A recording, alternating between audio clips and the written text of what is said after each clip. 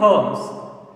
Concentration terms means nothing but the terms which is useful to express solution concentration. They simply said that concentration terms. ఇక్కడ ఒక solution యొక్క concentration ని మనం express చేసేటటువంటి words నే concentration terms అంటాం. For example, if we consider weight 1 kg, 1 gram, 10 kgs, 100 kgs, they are weight terms. Similarly, if we consider liquid state compound, liters, milliliters, these are the volume terms. Similarly, if any given solution they have concentration, whatever it may be, so we represent different terms of concentrations. The important concentration terms are molarity, normality, molality, mole fraction, weight and volume percentage, and volume percentage, and weight percentage, ppm, parts per million. So ఇక్కడ మనం గమనించినట్లయితే ఈ concentration terms లో మనకు compulsory ఐపీకి ఒక 4 marks question వచ్చే అవకాశం ఉంది. అదేవిధంగా ఆబ్జెక్టివ్ పైన మనకు ఈ కాన్సంట్రేషన్ టర్మ్స్ పైన మనకు ప్రాబ్లం వచ్చేటువంటి ఛాన్స్ చాలా ఎక్కువగా ఉంది తల్లి. సో ఇక్కడ మీరు గుర్తుంచుకోవాల్సిన విషయం ఏంటంటే, ఇక్కడ ఏవైతే మీకు కాన్సంట్రేషన్ టర్మ్స్ ఉన్నాయో ఆ అన్ని కాన్సంట్రేషన్ టర్మ్స్ కూడా మనకు ఎక్కడున్నాయా అంటే మనకు ఫస్ట్ ఇయర్ స్టైకియోమెట్రీలో ఉన్నాయి తల్లి. ఇక్కడ నువ్వు గమనించినట్లయితే ఫస్ట్ కాన్సంట్రేషన్ టర్మ్ ఏంటంటే మొలారిటీ. మొలారిటీని క్యాపిటల్ M తో ఇండికేట్ చేస్తాం. Molarity means nothing but the number of moles of solute particles present in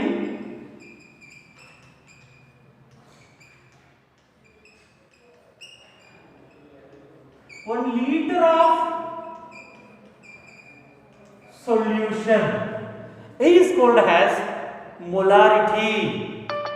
Molarity means nothing but the number of moles of solute particles present in 1 liter of solution is called as molarity. Definition thalli oka definition nechukunte anni easy ga untayi, which is represented by capital M. Molarity means nothing but the number of moles of solute particles, the number of moles of solute particles present in 1 liter of solution. 1 liter of solution is called as molarity. ఒక litre solution నువ్వు తీసుకున్నప్పుడు ఆ litre సొల్యూషన్లో ఎన్ని number of solute particles కలిగి ఉన్నాయి లేదా కరిగి ఉన్నాయి అని తెలియజేయడానికి మనం ఏమంటున్నామంటే మొలారిటీ అంటాం. మొలారిటీ క్యాపిటల్ M తో ఇండికేట్ చేస్తాం. Molarity means the number of moles of solute particles present in 1 litre of solution is called as molarity, which is indicated by capital M. So capital M equal to number of moles ni మనం ఎట్లా represent చేస్తాం? number of moles are represented by small n by 1 liter of value V. Molarity means nothing but n by V, and we know the number of moles equal to weight by gram molecular weight. Gram molecular weights. So అప్పుడు మనం ఏం చేస్తున్నాము చూడండి, ఇక్కడ same ఫార్ములాని molarity capital M equal to weight by gram molecular weight into 1 by V liters. Litres లో express చేయాలనుకుంటే molarity equal to weight by gram molecular weight into 1 by V liters అని రాస్తాం. Similarly, if the value is comes across in mls, ఒకవేళ value కనుక మన క్వశ్చన్లో mls లో ఇచ్చినట్లయితే కనుక 1 లీటర్ ఈక్వల్ టు 1000 mls కాబట్టి మనం ఎక్స్ప్రెషన్ ఎట్లా రాయాలంటే molarity equal to weight by gram molecular weight into 1000 by V in mls. Volume ఎంతలో తీసుకోవాలి మనం mls లో తీసుకోవాలా. సో ఇక్కడ మీరు గుర్తుంచుకోవాల్సిన విషయము మనకు మొలారిటీ ఈక్వల్ టు మనకు వాల్యూమ్ అనేది లీటర్స్ లో ఇచ్చాడా mls లో ఇచ్చాడా బేస్ చేసుకొని మనం ఫార్ములాని తీసుకోవాల్సి వస్తుంది అన్నమాట. ఒకవేళ కొన్ని సందర్భాల్లో ఏం చేస్తారంటే మనకు మొలారిటీ ఇచ్చేస్తాడు, వెయిట్ ని ఐడెంటిఫై చేయమంటాడు. మొలారిటీ నుంచి వెయిట్ ని ఐడెంటిఫై చేయాలంటే ఈ ఫార్ములా నుంచి మనము వెయిట్ ని సెపరేట్ చేసుకుంటే సరిపోతుంది అన్నమాట. Wait equal to molarity into gram molecular weight into V ml mls by 1000. అర్థమవుతుందా? ఈ విధంగా మనం ఎక్స్ప్రెషన్ రాస్తాం అన్న. అర్థమవుతుందా? చూడండి ఇక్కడ మనము బాగా గుర్తుంచుకోవాల్సింది ఏంటంటే యూనిట్స్. దేనికి యూనిట్స్? మొలారిటీకి units. Molarity n equal to number of moles. V అంటే ఏంటి నాన్న? వాల్యూమ్. వాల్యూమ్ని మనం దేనితో రిప్రజెంట్ చేస్తాము? లీటర్స్ లో రిప్రజెంట్ చేస్తాం.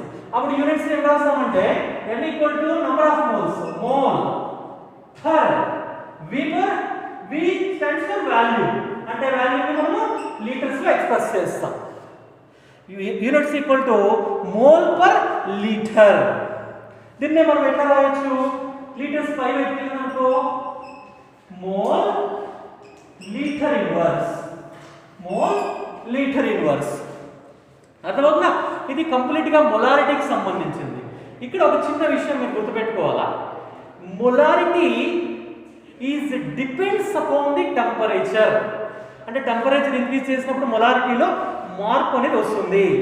By the changing temperature molarity also changes, which means molarity is affected with temperature. Molarity అనేది టెంపరేచర్ తో ఎఫెక్ట్ ని చూపిస్తుంది.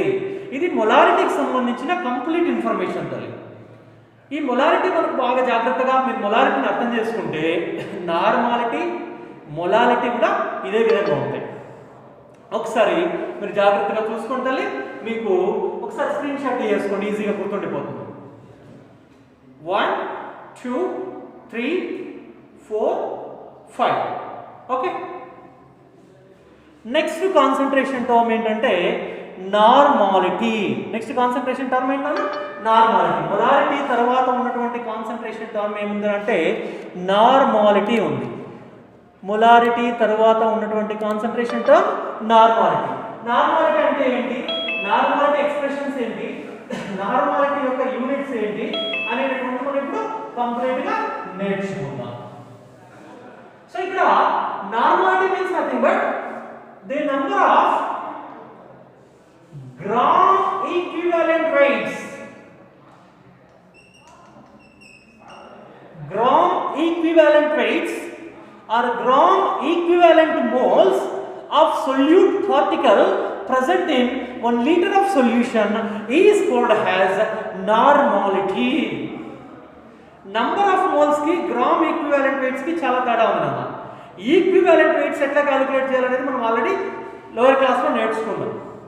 ఒకవేళ ఎవరికైనా డౌట్ ఉంటే నాకు ఒకసారి ఫోన్ చేయండి, నేను మళ్ళీ దాని గురించి మీకు ఎక్స్ప్లెయిన్ చేస్తాను. ఫస్ట్ ఇయర్ లో వచ్చేస్తుంది ఈక్వివాలెంట్ వెయిట్ ఎట్లా మనం క్యాలిక్యులేట్ చేయాలనేది. నంబర్ ఆఫ్ మోల్స్ కి ఏం చెప్తున్నామంటే weight by gram molecular weight వేసేస్తాం. ఈక్వివాలెంట్ వెయిట్ కి మనకు ఆటమ్ కి సెపరేట్ ఫార్ములా ఉంది, యాసిడ్ కి సెపరేట్ ఫార్ములా ఉంది, బేస్ కి సెపరేట్ ఫార్ములా ఉంది, ఆక్సిడైజింగ్ రిడ్యూసింగ్ ఏజెంట్ కి సెపరేట్ ఫార్ములా ఉంది, సాల్ట్స్ కి సెపరేట్ ఫార్ములా ఉంది. ఈక్వివాలెంట్ వెయిట్స్ ని మనము పర్ఫెక్ట్ గా నేర్చుకోవాలంటే 5 డిఫరెంట్ ఫార్ములాస్ వస్తాయి. సో ఇక్కడ నువ్వు గుర్తుంచుకోవాల్సింది నార్మాలిటీ అంటే the number of gram equivalent weights of solute particle present in 1 litre of solution. 1 litre solution నువ్వు తీసుకున్నప్పుడు ఆ లీటర్ సొల్యూషన్ లో ఎన్ని నంబర్ ఆఫ్ సొల్యూట్ పార్టికల్స్ యొక్క గ్రామ్ ఈక్వివాలెంట్ వెయిట్స్ ఉన్నాయో దానినే దాని యొక్క నార్మాలిటీ అంటాము. ఇప్పుడు normality which is represented by capital N. నార్మాలిటీని క్యాపిటల్ N తో ఇండికేట్ చేస్తాం. N equal to weight by gram equivalent weights. ఇంతకు ముందు మనం ఏం చేసినాము? గ్రామ్ మాలిక్యులర్ వెయిట్ వేసాం. మాలిక్యులర్ వెయిట్ వేరు, ఈక్వివాలెంట్ వెయిట్ వేరు. మాలిక్యులర్ వెయిట్ అంటే టోటల్ మాలిక్యూల్ యొక్క వెయిట్ మనం అర్థం చేసుకుంటాం. For example we are consider NaCl. NaCl యొక్క మాలిక్యులర్ వెయిట్ ఈక్వివాలెంట్ వెయిట్ రెండు సేమ్ వస్తాయి. అందుకు మీరు జాగ్రత్తగా చూడండి. సోడియం యొక్క మాలిక్యులర్ వెయిట్ తీసుకున్నాం అనుకో, మాలిక్యులర్ వెయిట్ ఎంత వస్తుందంటే some of atomic weights molecular weights. Sodium యొక్క atomic weight 23 and chlorine atomic weight is 35.5, total is 58.5. NaCl molecular weight. So here equivalent weight also same. Why? Because NaCl is a salt. NaCl is a salt. NaCl salt కాబట్టి ఇక్కడ మనం గమనించినట్లయితే NaCl salt యొక్క equivalent weights మనం ఎట్లా calculate చేస్తామంటే molecular weight by charge on cation or anion. Charge on cation or anion అంటే molecular wait ఏమో 58.5 వస్తుంది నాన్న. చార్జ్ తీసుకున్నట్లయితే NaCl ఎట్లా విడిపోతుంది? Na plus and Cl minus విడిపోతుంది.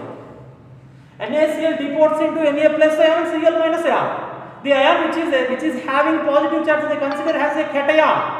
The ion which is consisting negative charge they consider as a anion.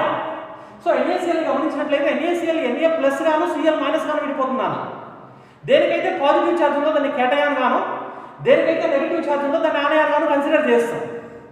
So ఈ కేసులో మనము ఈక్వివాలెంట్ వెయిట్ ఆఫ్ సాల్ట్ కి ఫార్ములా ఏం రాస్తామంటే molecular weight by charge on cation or anion అని రాస్తాం. ఆనయాన్ ఇక్కడ మాలిక్యులర్ వెయిట్ వేసి కేటయాన్ పైన ఉన్న ఛార్జ్ తో గాని ఆనయాన్ పైన ఉన్న ఛార్జ్ తో గాని డివైడ్ చేస్తే మనకి ఈక్వివాలెంట్ వెయిట్ వస్తుంది సాల్ట్ లో. సో ఇక్కడ ఆనయాన్ పైన కేటయాన్ పైన ఉన్నటువంటి ఛార్జ్ 1 సో 58.5 బై 1 వేస్తే మళ్ళీ మనకు 58.5 వస్తుంది. అంటే అన్ని కేసెస్లో మాలిక్యులర్ వెయిట్ ఈక్వివాలెంట్ వెయిట్ సమానంగా రాదు. ఫర్ ఎగ్జాంపుల్ సల్ఫ్యూరిక్ యాసిడ్ తీసుకున్నారనుకో H2SO4 అది యాసిడ్ కదా. యాసిడ్ తీసుకున్నప్పుడు మనకు సల్ఫ్యూరిక్ యాసిడ్ యొక్క మాలిక్యులర్ వెయిట్ ఎంత వస్తుందంటే H2SO4 యొక్క మాలిక్యులర్ వెయిట్ 98 వస్తుంది నాకు. సో దీని equivalent weight of H2SO4 acid కాబట్టి మాలిక్యులర్ వెయిట్ బై బేసిసిటీ అని రాస్తాం. బేసిసిటీ అంటే number of replaceable H+ ions అంటే ఎన్ని ఉన్నాయి ఇక్కడ 2 ఉన్నాయి. 98/2 రాస్తామంటే 49 వస్తుంది. సో మాలిక్యులర్ వెయిట్ కి ఈక్వివాలెంట్ వెయిట్ కి చాలా తేడా ఉంది. మాలిక్యులర్ వెయిట్ ఈక్వివాలెంట్ వెయిట్ రెండు ఒకటి కాదు. Molecular weight means nothing but the sum of atomic weights is known as a molecular weight. Equivalent weights are calculated different ways on the basis of nature of substance. If we are taking salt, we using one formula. If we are taking acids or if we are using oxidizing or reducing agents, different agents will having different formulas to express or identify the equivalent weight of the following compounds. మనం different compounds యొక్క equivalent weights ని మనం కనుక్కోవడానికి different formulas ని మనం use చేసుకోవాల్సి వస్తుంది. So equivalent weights వేరు, మాలిక్యులర్ వెయిట్స్ వేరు. అర్థమవుతుందా? సో నువ్వు గమనించినట్లయితే ఇక్కడ నార్మాలిటీ ఫార్ములా రాసినప్పుడు wait by gram equivalent wait అని రాస్తున్నాం. ఈక్వివాలెంట్ వెయిట్స్ పైన ఎవరికైనా డౌట్ ఉంటే మళ్ళీ జాగ్రత్తగా స్టైకియోమెట్రీ ఒకసారి చదువుకోండి. అర్థమవుతుందా? నెక్స్ట్ చూడండి నార్మాలిటీ ఫుల్ మనం ఫార్ములా ఏం రాస్తున్నాము అవసరం అనుకుంటే స్క్రీన్ షాట్ చేసుకుంటుంటారుగా. ఓకే చూడండి ఇప్పుడు ఏం చేస్తున్నామంటే నార్మాలిటీ ఈక్వల్ టు నార్మాలిటీకి ఫార్ములా ఏం రాస్తున్నాము normality equal to wait by gram equivalent weight into ఇక్కడ కూడా నువ్వు లీటర్ ఆఫ్ సొల్యూషన్ కి క్యాలిక్యులేట్ చేస్తున్నావు కాబట్టి 1/v in liters 1/v in liters ఇది నార్మాలిటీ యొక్క ఫార్ములా. నార్మాలిటీ ఫార్ములా ఏం రాస్తున్నాం తల్లి wait by gram equivalent weight into 1/v in liters వాల్యూమ్ని మనం లీటర్స్ లో తీసుకుంటున్నాం. అదే if we are considered volume is in mls then above equation changes to normality n equal to weight by gram equivalent weight into 1000 by V in mls. Why? Because 1 liter equal to 1000 mls. So the above equation changes to 1000 by V in mls. Clear now? If in this case we are identifying weight, then the above formula is changes to. ఈ expression లో నుంచి మనం wait ని separate చేయాలనుకున్నాం, అంటే wait ని కనుక్కోవాలి, normality ఇచ్చాడు, అప్పుడు ఫార్ములా ఎట్లా మారుతుంది? Wait equal to normality into gram equivalent weight into volume in mls by 1000. ఇది expression. Normality also depends upon the temperature. Normality kuda temperature paina depend avutundi. If we are increasing or decreasing temperature, normality values also increases or decreases. Then finally units. Units equal to మనము equivalent weights ని కనుక్కుంటున్నాం. So అప్పుడు units ఏమవుతుందంటే equivalent weights for volume కనుక ఇక్కడ volume అంటే ఏం రాస్తాము? Litres. Same expression మళ్ళీ మనం ఎట్లా రాయొచ్చు? Equivalent litre inverse. ఓకేనా? ఇది నార్మాలిటీకి సంబంధించినటువంటి ఎక్స్ప్రెషన్. ఓకేనా? తొందరగా స్క్రీన్ షాట్ తీసుకోండి. Okay, very good. Next to molarity completed, normality completed. Next to molality, very important. EAMCET లో మిమ్మల్ని కన్ఫ్యూజ్ చేయడానికి మీకు మొలాలిటీ యొక్క ఎక్స్ప్రెషన్ అడుగుతూ ఉంటాడు. ఇక్కడ మొలాలిటీ తీసుకున్నట్లయితే మొలాలిటీలో చిన్న వేరియేషన్ వస్తుంది. నువ్వు గమనించినట్లయితే నార్మాలిటీ అయి ఉండొచ్చు, లేకపోతే మొలాలిటీ అయి ఉండొచ్చు. 1 లీటర్ ఆఫ్ సొల్యూషన్ తీసుకుంటున్నాం. బాగా గుర్తుపెట్టుకో, మొలారిటీలో కానీ నార్మాలిటీలో కానీ we are consider 1 liter of solution, but in the case of molality means nothing but molality means the number of moles or the weight of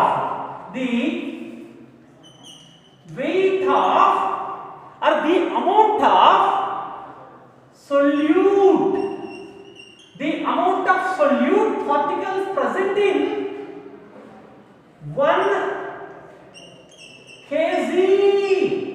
kilogram, 1 kg of not solution, 1 kg of solvent. మర్చిపోతున్నానా?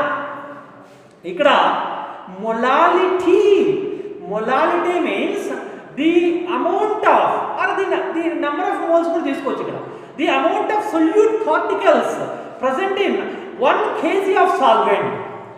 ప్రతి చోట solution రాస్తాం. Solution means nothing but the mixture of solute and solvent. Solute solvent ని రెండింటిని కలిపిన తర్వాత final volume 1 litre అక్కడ. అదే ఇక్కడికి వచ్చేసరికి మనకు మొలాలిటీ దగ్గరకు వచ్చేసరికి మనకు సొల్యూట్ సాల్వెంట్ తో పండ్ల సాల్వెంట్ ని మాత్రమే 1 కేజీ తీసుకోవాలి. The weight of solute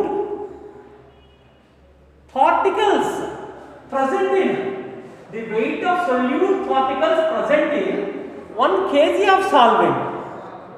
1 kg solvent లో ఎన్ని నంబర్ ఆఫ్ సొల్యూట్ పార్టికల్స్ ఉన్నాయి అని మనము లెక్క కట్టడాన్ని ఏమంటున్నామంటే మొలాలిటీ అంటాము.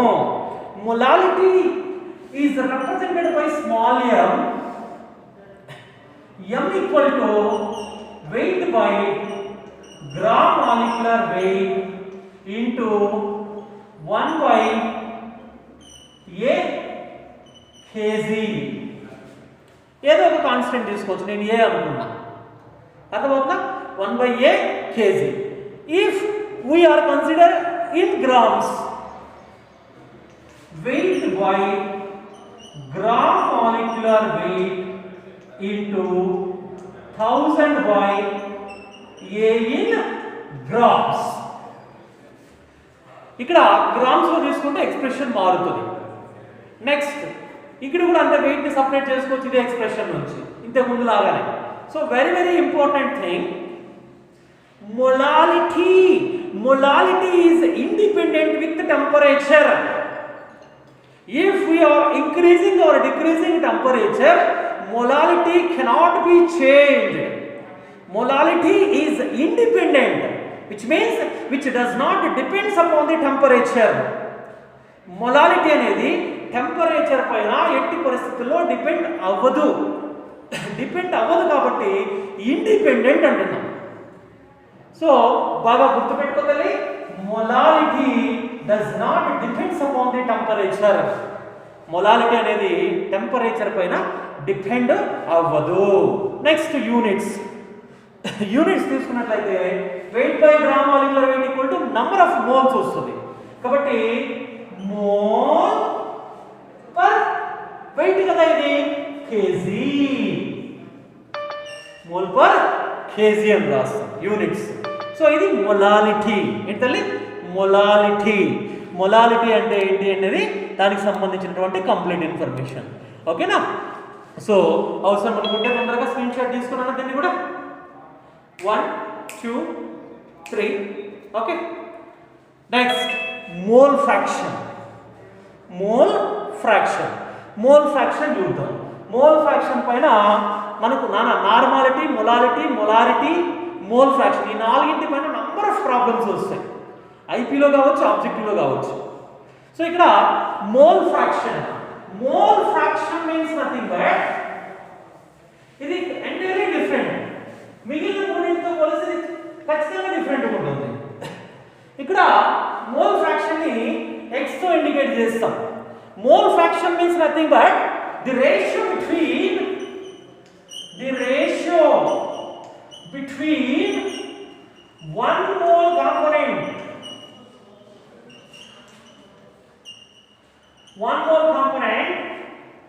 to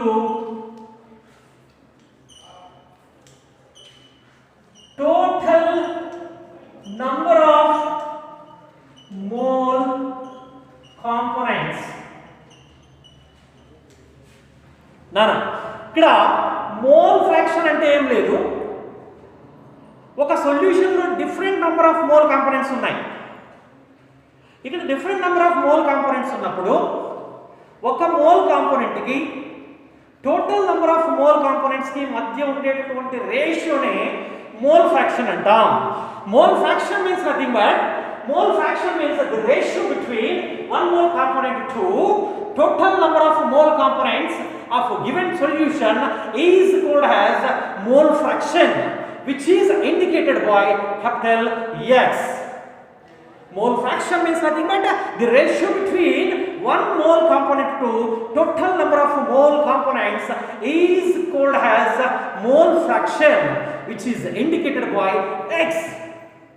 ఇక్కడ ఒక మోల్ కాంపోనెంట్ కి total number of mole components కి మధ్య ఉండేటటువంటి రేషియోనే మోల్ ఫ్రాక్షన్ అంటాము. మోల్ ఫ్రాక్షన్ ని దేంతో ఇండికేట్ చేస్తామంటే x తో ఇండికేట్ చేస్తాం. ఒక్కసారి నేను మళ్ళీ repeat. If we are consider a solution consisting component A and B, మనము ఒక చిన్న ఎగ్జాంపుల్ తీసుకుందాం. ఒక సొల్యూషన్ లో A and B అనేటువంటి రెండు components ఉన్నాయనుకో. The number of moles of A equal to NA, and similarly the number of moles of B equal to NB. The mole fraction of A equal to number of moles of one component by total number of mole components. Total number of mole components Na plus Nb. We get mole fraction of A. చూడతలే ఇక్కడ mole fraction ని మనం ఎట్లా కనుక్కుంటాం అంటే ఒక mole component కి total number of mole components కి మధ్య ఉన్న రేషియోనే మోల్ ఫ్రాక్షన్ అంటాం. ఒక సొల్యూషన్ లో compound A and compound B అనేటువంటి రెండు ingredients ఉన్నాయనుకో.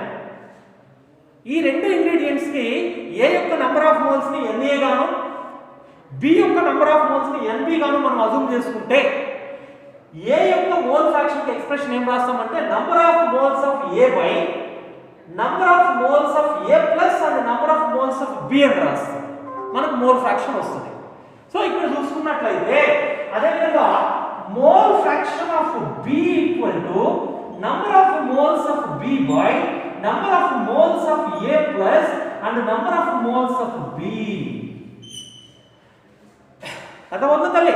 Next mole fraction also independent with temperature. ఇక్కడ టెంపరేచర్ విషయం మనం అసలు కన్సిడర్ చేయకూడదు, ఎందుకంటే నంబర్ ఆఫ్ మోల్స్ గురించే మాట్లాడుకుంటాం. Next very very important, repeat repeat repeat repeat repeated bit in EAMCET. చాలా సార్లు అడిగాడు units of mole fraction. Units of mole fraction చూద్దాం. ఇక్కడ మోల్ ఫ్రాక్షన్ యొక్క యూనిట్స్, మోల్ ఫ్రాక్షన్ యొక్క యూనిట్స్ వెరీ గుడ్ అన్న, వెరీ గుడ్ అన్న. మోల్ ఫ్రాక్షన్ యొక్క యూనిట్స్ ఇక్కడ నంబర్ ఆఫ్ మోల్స్ ఆఫ్ ఏ అంటే మోల్స్ లో ఇండికేట్ చేస్తాం, అండ్ అదేవిధంగా టోటల్ నెంబర్ ఆఫ్ మోల్స్ అక్కడ కూడా మోల్స్ ఏ వస్తాయి, అక్కడ కూడా ఏమొస్తాయి కదా మోల్స్ ఏ వస్తాయి. So mole by mole. So మనకు మోల్ ఫ్రాక్షన్ కి ఏం లేవంటే యూనిట్స్ లేవు. Very very important, no units. మనకి ఇచ్చినటువంటి కాన్సంట్రేషన్ టర్మ్స్ లో మోల్ ఫ్రాక్షన్ కి ఏం లేవు తల్లి, యూనిట్స్ అనేవి లేవు. చాలా ఇంపార్టెంట్, ఇది బాగా గుర్తుపెట్టుకోండి. తొందరగా అవసరం అనుకుంటే స్క్రీన్ షాట్ తీసుకో తల్లి. 1 2 3. Is it clear now?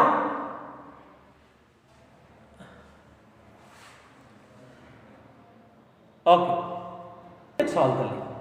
ఇక్కడ వెయిట్ బై వాల్యూమ్ పర్సెంటేజ్.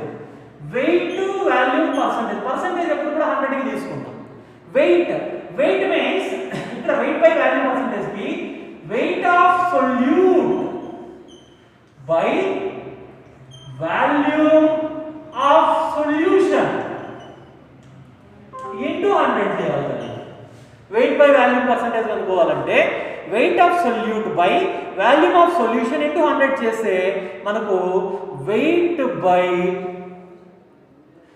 ఇక్కడ వెయిట్ ఆఫ్ సొల్యూషన్ తీసుకుంటే వాల్యూమ్ ఆఫ్ సొల్యూషన్ వస్తుంది, వెయిట్ వాల్యూమ్ పర్సెంటేజ్ వస్తుంది తల్లి. నెక్స్ట్ అదే విధంగా నువ్వు గమనించినట్లయితే వాల్యూమ్ పర్సెంటేజ్ తీసుకున్నప్పుడు ఇక్కడ volume of solute by volume of solution into 100.